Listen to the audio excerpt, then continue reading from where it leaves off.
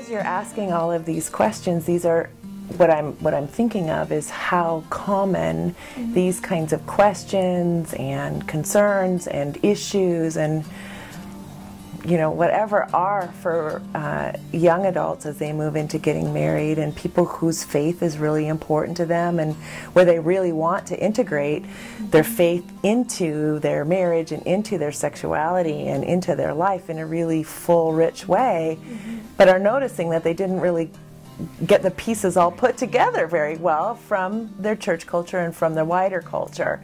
And you're certainly not alone. And because we don't talk about it, people don't know that they're not alone.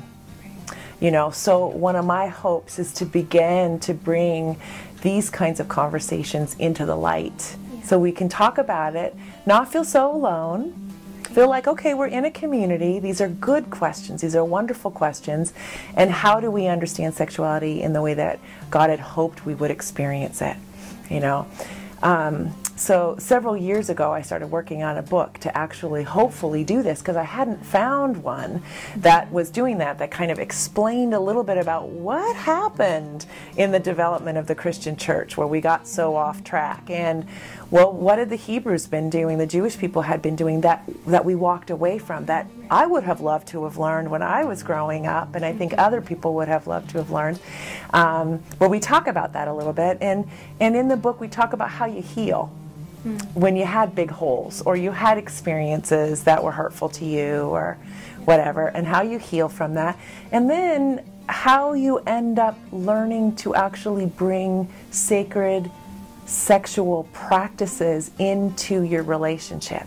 Because just because we get an idea of what went wrong and we heal doesn't mean we know what to do, right? Because the movies are all about it looking a particular way and whatever. How does that translate? Yeah, how does that translate? So the book is filled with a lot of ideas of how you bring intimate practices in that are sacred, that are intentional, that bring a lot of presence and embodied breath and connection and love to, and different kinds of touch, so that you can really be intentional. And even things like, how do you make your sacred place in your home special? How do you make it so when you walk in, you go, oh yeah, this is our sacred place. No one comes in here without us. It's ours. So you're even intentional about how you create that space so that it's sensually pleasing to you. And you sort of kind of think of the Song of Songs of being your model, of making it very sensual, grapes, whatever, Right. You make it that way. The other thing I've been working on lately that to sort of help in this process of bringing it out into the light is putting together some workshops, some 3.5-day retreats for couples who are in committed relationship to come and learn some of these things during the morning hours and up through lunch, and then we break out into a women's group and a man's group, and we talk about an afternoon sacred sexual practice that the couples are going to do together. And so we talk about them in our gender groups, because sometimes we have like feelings about, I'm going to do what, and and maybe it's just a hard time in the relationship even to be talking about that, or maybe it's a way, maybe you've never looked in each other's eyes when you were making love before, and that's kind of scary, or whatever. So we talk about a practice that you're going to do together, and then you're off for the afternoon, off having fun together, hopefully learning a lot about how to bring sacred sexuality into your relationship, into a sacred place.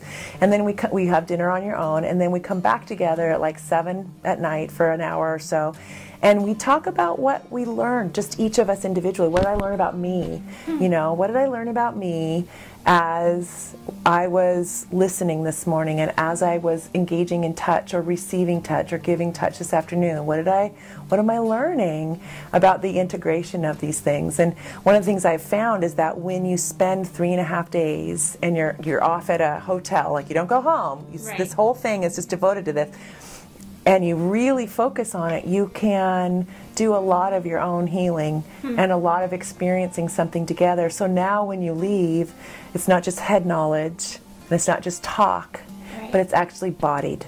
Wow. and then you can take it with you.